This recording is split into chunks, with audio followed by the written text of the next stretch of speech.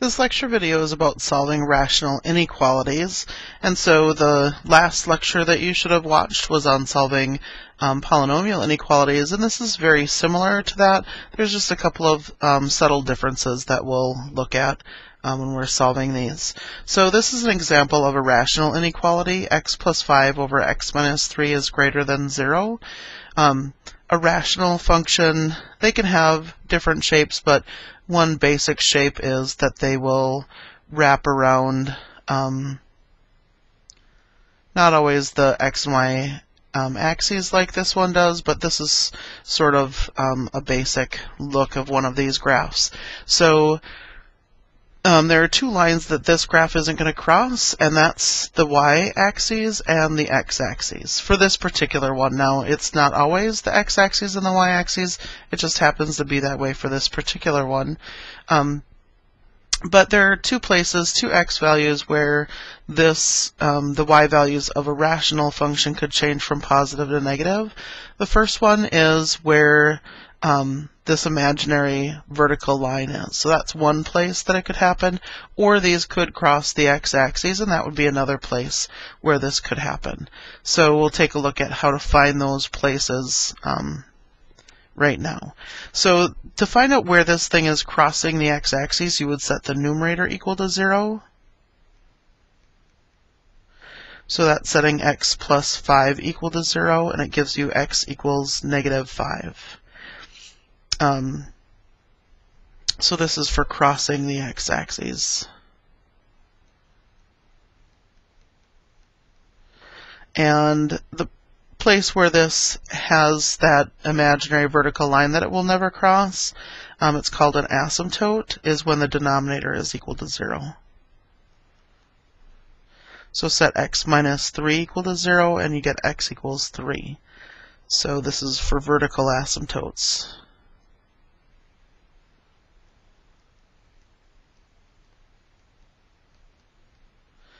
So these are the two places where this graph will be able to change from being positive to negative or negative to positive.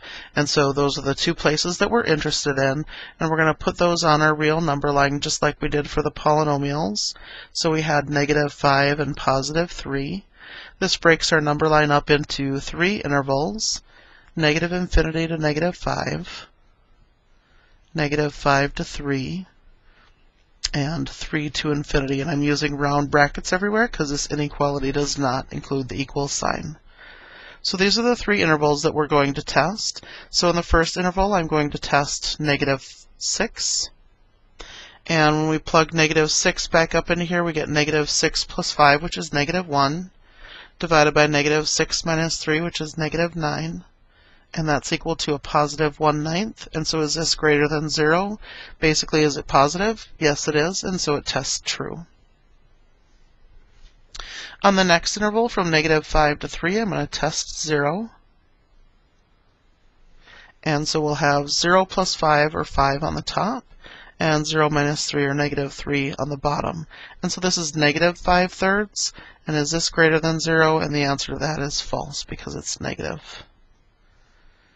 And on the last interval, I'm going to test 4. And 4 plus 5 is 9. And 4 minus 3 is 1, so I get 9. And is this greater than 0? And the answer is yes, it is. It's true. So everything to the right of 3, round bracket because there's no equal sign. And to the left of negative 5, round bracket because of there not being an equal sign. Interval notation is negative infinity to negative 5, round brackets everywhere, union 3 to positive infinity. And again, I'll want both the interval notation, this graph, and all of these tests when you're showing your work for these problems. Our next example is 4 over y minus 3. So the first step was to set the numerator equal to 0, but 4 can never be equal to 0, so that just doesn't give us anything. So, so we'll still write that down. I'll just write never. So this numerator can never be equal to 0 because it's always equal to 4. And then we set the denominator equal to 0. That's y minus 3 equals 0, and so we get y equals 3. So I only have one number to put on the number line this time, it's 3, and we'll only have two intervals to test, negative infinity to 3. And because this number came from the denominator, I'm going to use a round bracket, even though there's an equal sign. This is the other little intricacy about these that you have to be careful of. This, no matter what, you need to use a round bracket with the denominator number because dividing by 0 is undefined. So you can't let this variable be equal to 0 or equal to 3.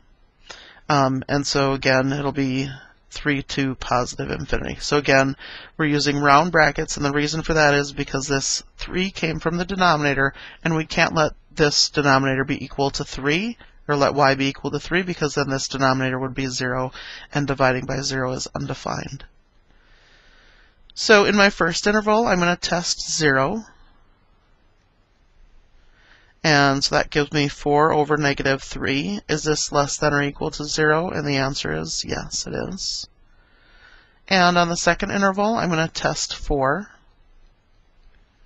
That gives me 4 over 4 minus 3 is 1. Is this less than or equal to 0? And the answer is no, it's not. That's false. And so our solution is from negative infinity to 3. And again, one more time, the reason that we're using a round bracket here is because if y is equal to 3, then this would become 0 in our denominator, and dividing by 0 is undefined. So we can't let that be equal to 0. On our next example here, we have negative 3 over y plus 4 is greater than or equal to 3. Again, just like with the polynomials, we need to have 0 on the right-hand side of our equation. So we're going to subtract this 3 from both sides of the equation, giving me negative 3 over y plus 4, and then minus 3. And that's greater than or equal to 0. So we want a single fraction here on the left, and 0 on the right. So we need to do this subtraction, which means I need my common denominator, which is going to be y plus 4. So we're going to have negative 3 over y plus 4 minus 3 times y plus 4 over y plus 4. So I just multiplied this negative 3 by y plus 4 over y plus 4. And you can think of this negative 3 as negative 3 over 1. Now, because we have the same denominator, we can do this subtraction. We have negative 3 minus 3 times the quantity y plus 4 on the top, and it'll be all over y plus 4, our common denominator. So now I can distribute this negative 3. That gives me negative 3 minus 3y minus 12 over y plus 4. So we have negative 3y, and then negative 3 and negative 12 is minus 15. Now we want to set the numerator equal to 0. Negative 3y minus 15 equals 0. We can factor out a negative 3. That would be negative 3 times the quantity y plus 5. And so then we can just set the y plus 5 equal to 0, and it gives me y equals negative 5. Or you could add 5 or 15 to both sides and then divide by negative 3. That will also get you to the y equals negative 5. Then set the denominator equal to 0. When we set our denominator equal to 0, y plus 4 equals 0 will give us y equals negative 4. So now we have two numbers to put on our number line, negative 5 and negative 4. And it gives me three intervals to test, negative infinity to negative 5. And we do have an equal sign here, so we want square brackets.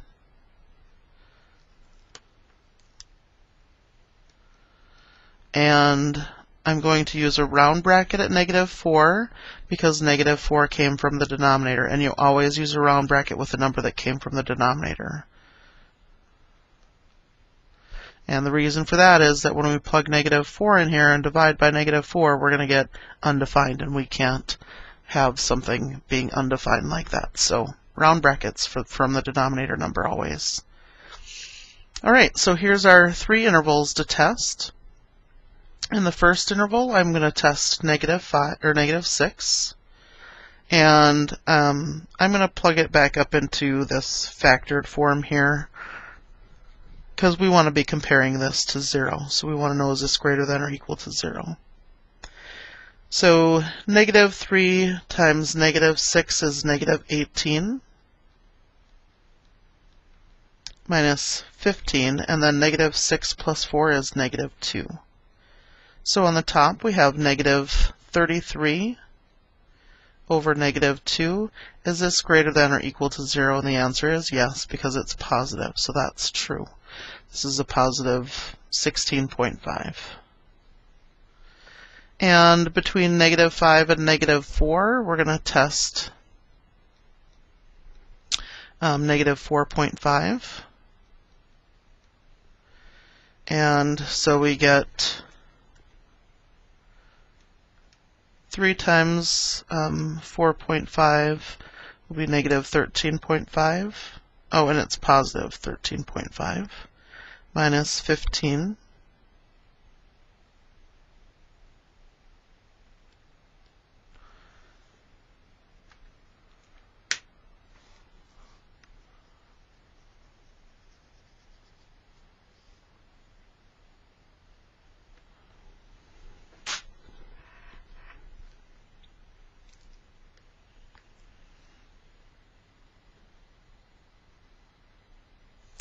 On this first interval here, we're going to test -6. And when we plug -6 back into our form here where we have 0 on one side, it's going to be -3 times -6 minus 15 on the top, and -6 plus 4 is -2 on the bottom. So we have positive 18 minus 15 divided by -2. And 18 minus 15 is 3, so we get a -3/2. And is this greater than 0? And the answer here is false. In the middle interval from -5 to -4, we're going to test -4.5. So we'll have -4.5 times -3, and then minus 15. And then -4.5 plus 4 is -0.5.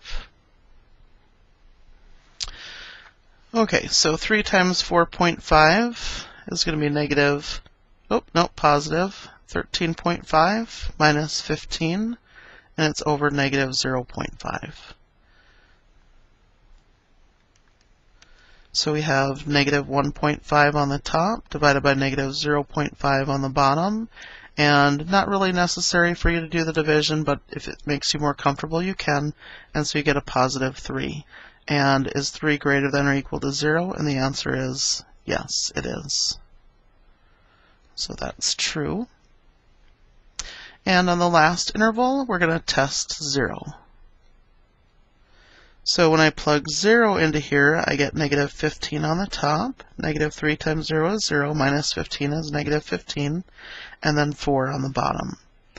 And so is this greater than or equal to 0? And the answer is no, it's not. So that's false. So our solution is this middle interval, and we want a square bracket at -5 because that was the number from the numerator, and a round bracket at -4 because that came from our denominator. So the solution is from -5 to -4, and again, -5 gets a square bracket because of the equal sign, -4 gets a round bracket because it came from our denominator.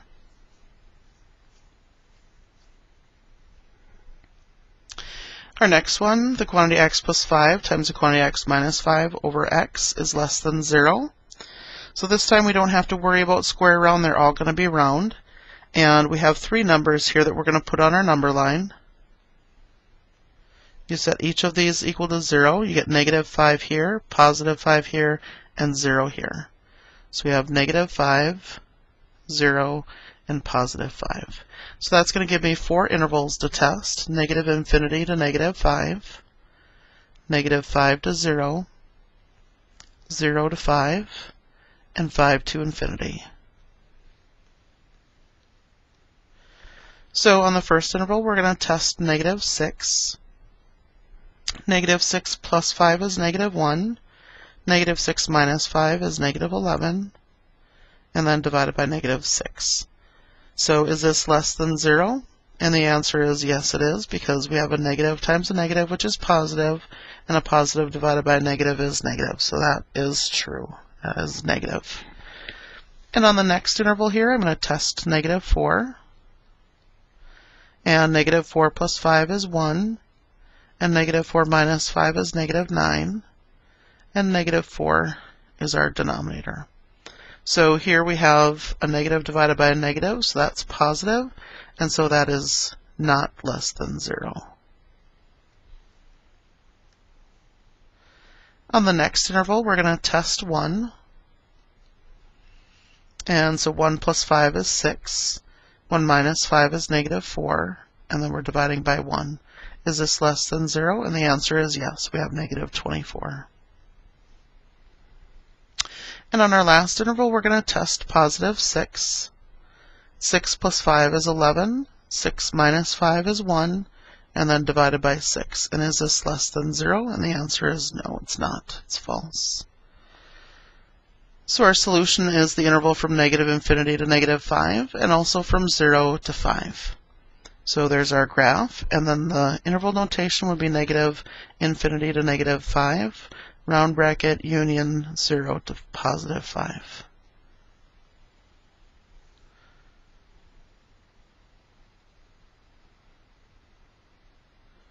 And I believe this is our last example here. We have 4x over x plus 6 is less than x. Again, we don't need to worry about square round because they're all going to be round. Remember, if you have an equals sign in here, then you do need to worry about it.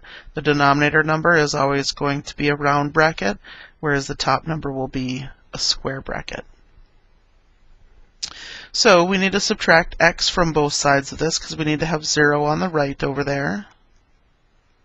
So we get 4x over x plus 6 minus x is less than 0. And we need to do this subtraction, so we need to multiply this x by x plus 6 over x plus 6. So we get 4x minus x times x plus 6, and then this will all be over x plus 6. Now we can distribute that negative x. We get 4x minus x squared minus 6x all over x plus 6. 4x and negative 6x gives us negative 2x, and then minus x squared, and it's all over x plus 6. And we can also factor a negative x out of the numerator, and I'm going to switch my terms around. Instead of writing it as negative 2x minus x squared, I'm going to write negative x squared minus 2x. So inside the parentheses then I would have x plus 2. So we have three numbers to put on our number line. We have 0 and negative 2, and from the denominator negative 6. So you need to make sure that they're smallest to biggest. So now our intervals are negative infinity to negative 6, negative 6 to negative 2, negative 2 to 0, and 0 to infinity. Okay, so in our first interval we're going to test negative 7, and let's see, we're going to plug it into this equation right here. So negative x means I'm going to have positive 7 on the outside, and then negative 7 plus 2 is negative 5. And on the bottom, negative 7 plus 6 is negative 1.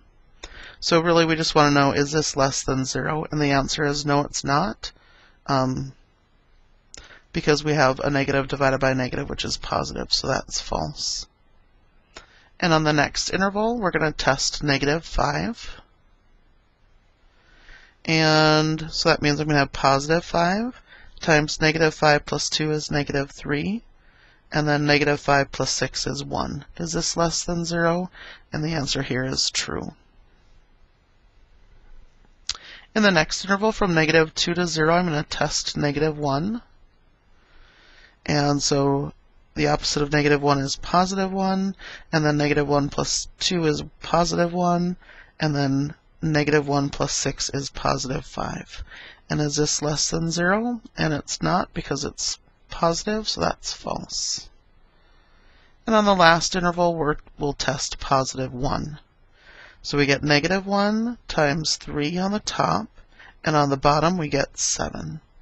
Is this less than 0? And the answer is true, because this is a negative number here. So it's going to be the interval from 0 to infinity, and also the interval from negative 6 to negative 2.